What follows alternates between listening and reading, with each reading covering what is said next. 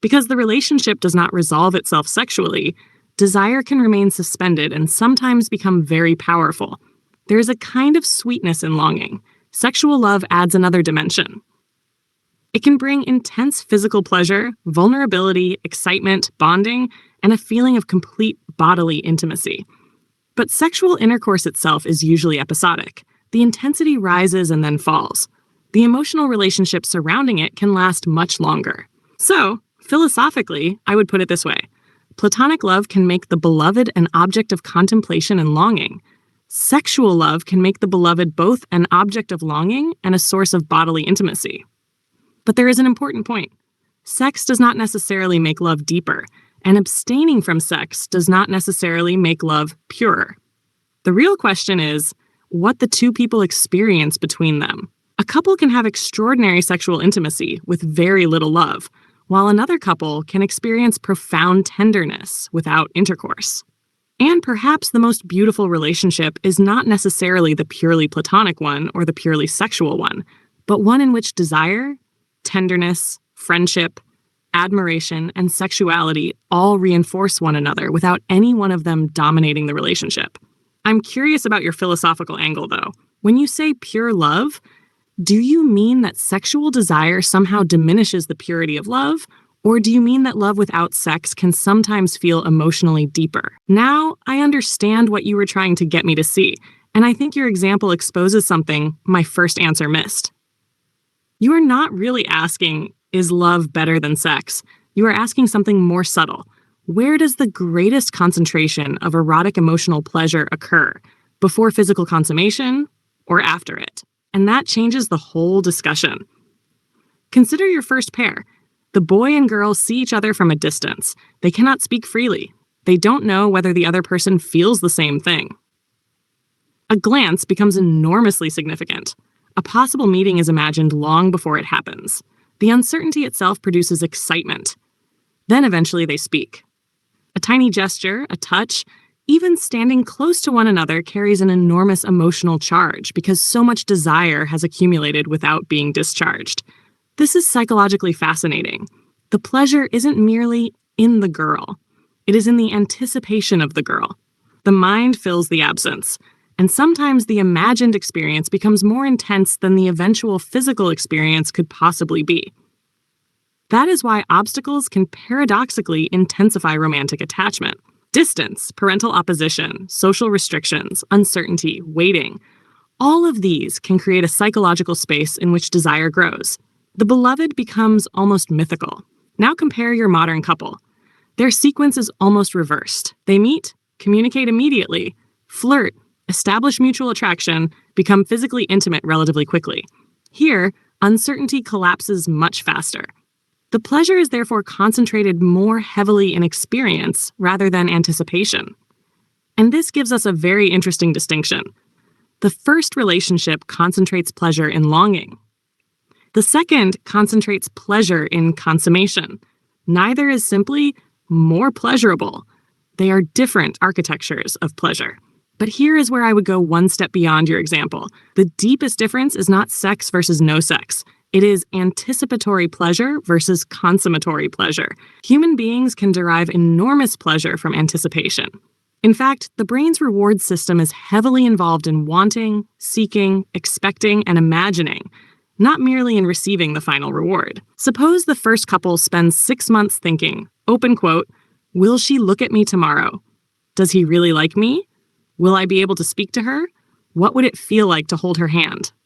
Close quote. Every small encounter becomes magnified. A 5-second meeting can psychologically occupy an entire day. The modern couple may instead spend 6 months actually being together, touching, talking, kissing, having sex, eating together, traveling together. Their relationship can certainly become deeper, but the particular electricity produced by uncertainty may diminish. And that leads to a paradox. Getting what you desire can increase pleasure in one sense, while reducing the particular pleasure of desiring it. That's the point I missed earlier. There's another fascinating phenomenon here.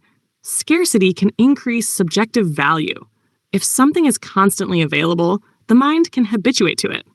If something is rare and uncertain, attention becomes intensely focused upon it.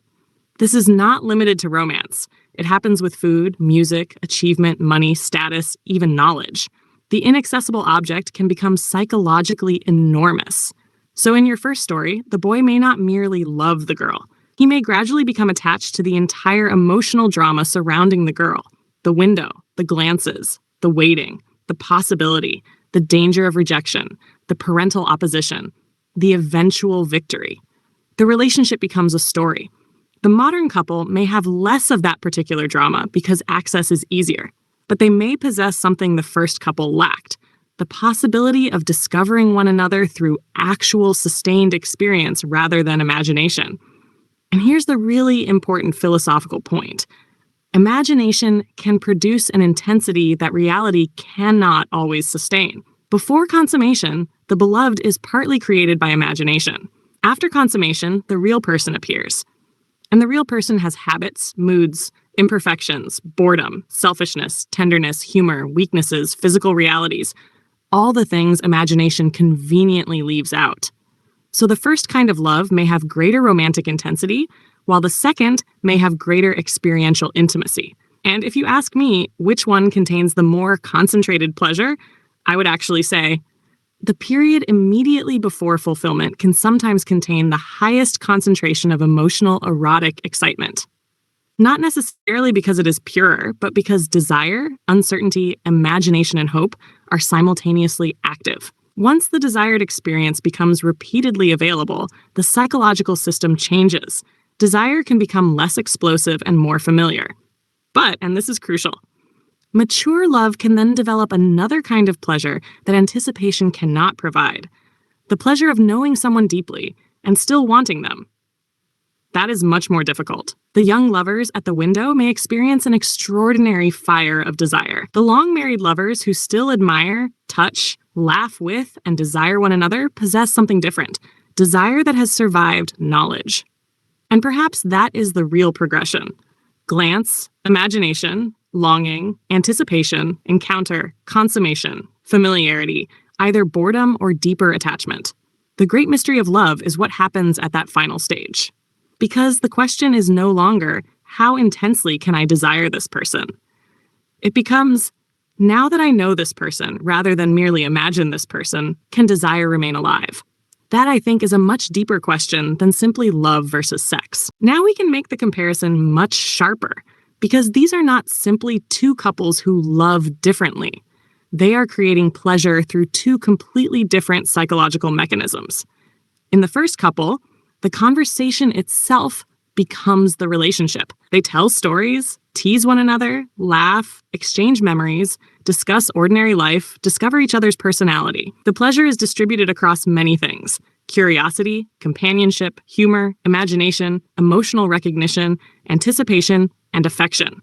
Even when nothing particularly dramatic happens, the conversation itself is rewarding. The second couple has narrowed the entire psychological field onto sexual anticipation. The voice becomes erotic. Words become erotic. The imagined body becomes erotic.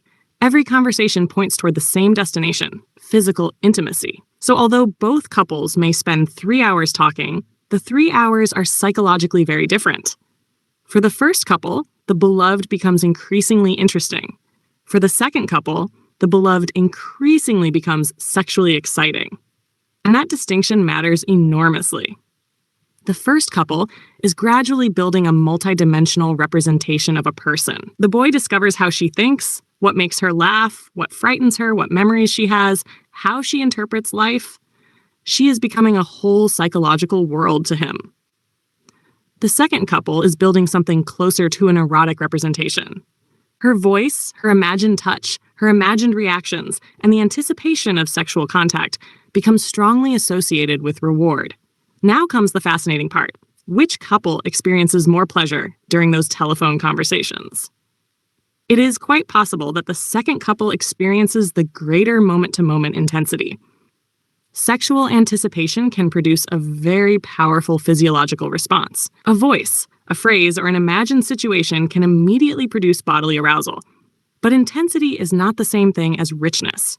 The first couple may have less physiological intensity at any particular second, yet experience a much broader stream of pleasure over the entire conversation. One minute they laugh. Another minute they become curious. Another minute they feel emotionally close. Another minute they remember something. Another minute they anticipate meeting. Their pleasure has many channels. The second couple may have one extremely powerful channel, so I would distinguish amplitude from complexity. The sexual conversation may have greater amplitude. The affectionate conversation may have greater complexity. And there is another consequence. In the first relationship, sexual desire can remain latent underneath the conversation.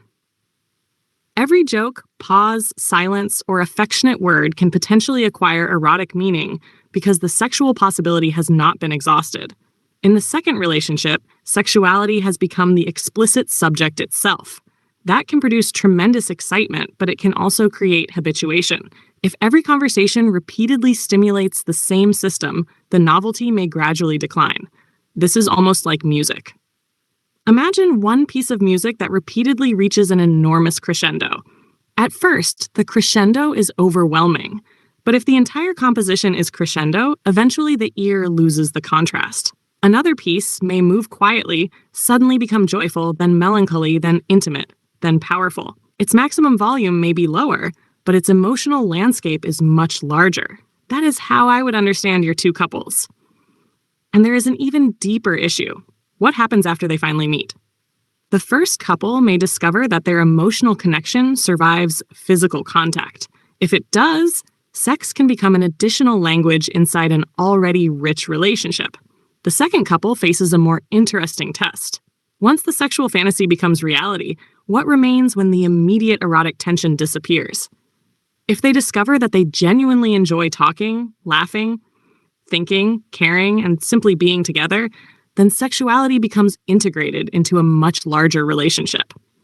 But if almost everything that connected them was sexual anticipation, the relationship may lose some of its original electricity once the anticipated experience becomes ordinary. So my answer is now more precise than my first one. The first couple may experience the richer pleasure. The second may experience the sharper pleasure, and I would not dismiss either. One is closer to the pleasure of being fascinated by a person. The other is closer to the pleasure of being sexually fascinated by a person. The really extraordinary relationship is when the first fascination survives the arrival of the second. Then, the person does not become merely a sexual object after intimacy. Sexual intimacy becomes one expression of an already fascinating human relationship. That, to me, is where love becomes psychologically deepest. Now, we can take the thought experiment one step further. Not which couple feels more pleasure, but which relationship is more likely to survive. I would not say that one must break and the other must survive. But if we keep everything else equal, I would give the two relationships very different vulnerabilities. Couple A, conversation, laughter, stories, emotional discovery. This relationship has a larger foundation. They have gradually learned to enjoy each other's minds. They have memories together. They know each other's humor. They have things to talk about even when there's no romantic excitement. That matters enormously after the initial excitement fades. Suppose they finally marry. 10 years later, sexual intensity may naturally fluctuate. But they can still sit together and talk for 2 hours. They can laugh about something stupid. They can remember the old telephone conversations. They can discuss their children, fears, ambitions, books, neighbors, politics, philosophy, life itself. Their relationship has multiple sources of reinforcement.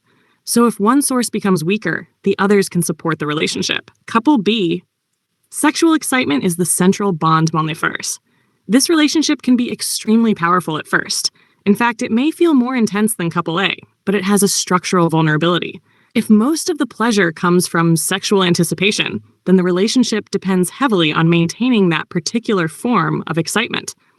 Once the couple gets together and sexual access becomes familiar, something changes psychologically. The question becomes, open quote, what else do we have? Close quote. If the answer is not much, the relationship becomes fragile. They may discover that they don't particularly enjoy ordinary conversation. They don't know each other's inner world. They have few shared interests. They don't know how to spend an evening together when sex isn't available. Then the relationship can begin to feel strangely empty. despite having once been extremely exciting. But there is a beautiful reversal. Suppose couple B eventually discovers friendship. They begin with sexual attraction, but then one day they spend 3 hours talking about childhood, politics, dreams, family, books, stupid jokes, fears, and suddenly they realize, I don't only want your body, I enjoy your mind. At that moment, the relationship has changed category. It has acquired a second foundation, and couple A can undergo the opposite transformation.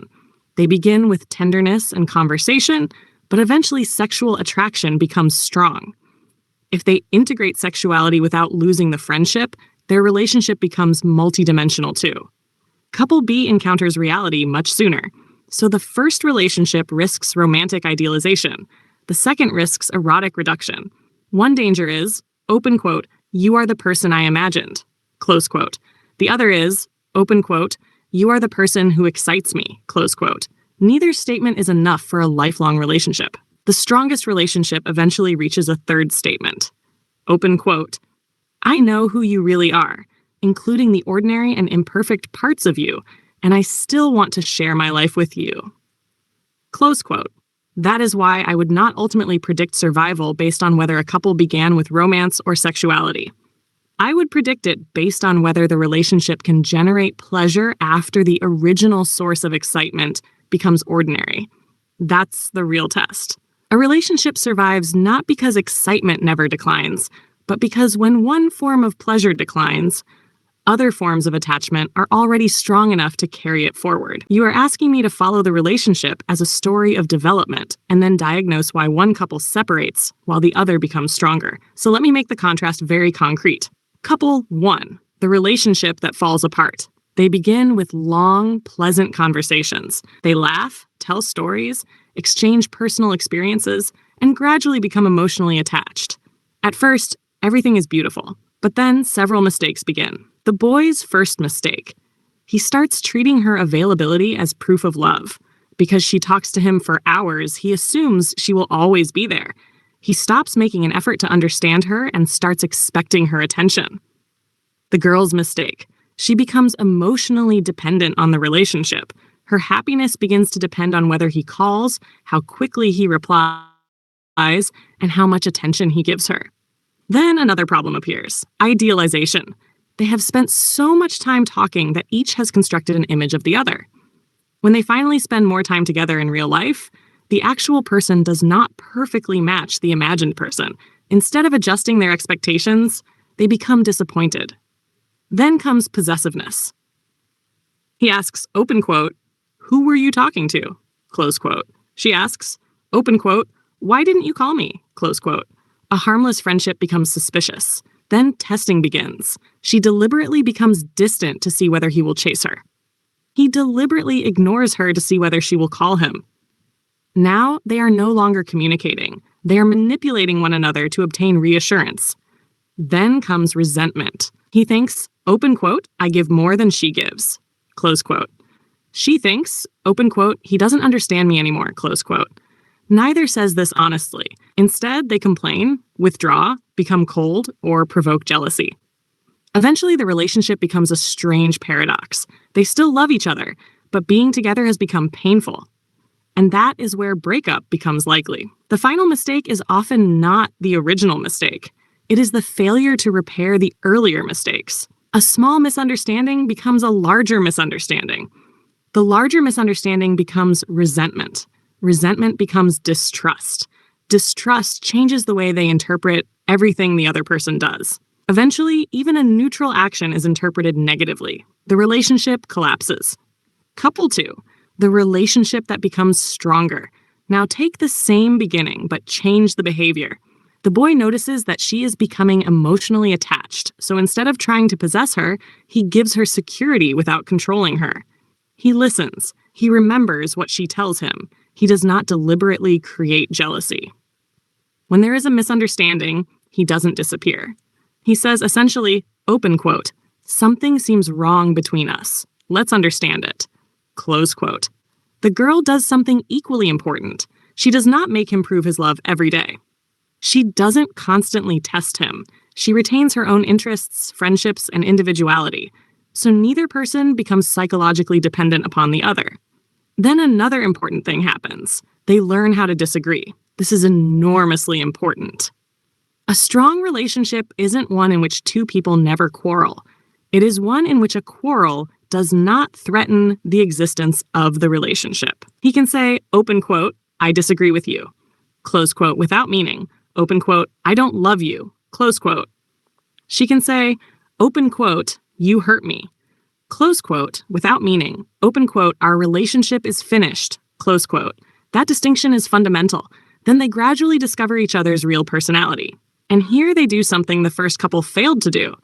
They replace fantasy with knowledge without losing affection. He discovers her weaknesses. She discovers his weaknesses. Instead of saying, you're not the person I imagined, they eventually say, open quote, now I know you better, close quote, and affection becomes more realistic. The decisive difference, I would reduce the whole comparison to this. The failing couple asks, are you giving me enough love? The strengthening couple asks, what can I do to make this relationship healthier? That produces completely different behavior. The first couple keeps measuring. The second keeps building. And there is one more subtle danger in the first relationship. Because their original pleasure came from constant conversation, they may eventually become exhausted by the expectation that they must always communicate. Every silence becomes suspicious. Every delayed telephone call becomes meaningful. Every change in tone becomes evidence. The relationship becomes an examination. Do you still love me as much as yesterday? That is exhausting. The stronger couple eventually learns something much healthier. Love does not have to be continuously demonstrated to be continuously present. Sometimes they talk for hours. Sometimes they are quiet. Sometimes they disagree. Sometimes one needs space. None of these automatically means the relationship is dying. And that is why the stronger relationship becomes sustainable. It develops trust, repair, autonomy, realistic expectations, friendship, and affection alongside romantic attraction. So if you force me to predict the two outcomes from your original setup, I would say the first couple breaks because they gradually turn affection into expectation, expectation into demand, demand into suspicion, and suspicion into resentment. The second survives because they turn affection into trust, trust into openness, openness into understanding, and understanding into a mature partnership. The fascinating part is that neither breakup nor permanence is determined by how intensely the relationship began. The decisive question is what the two people do with the relationship after the initial intensity has passed.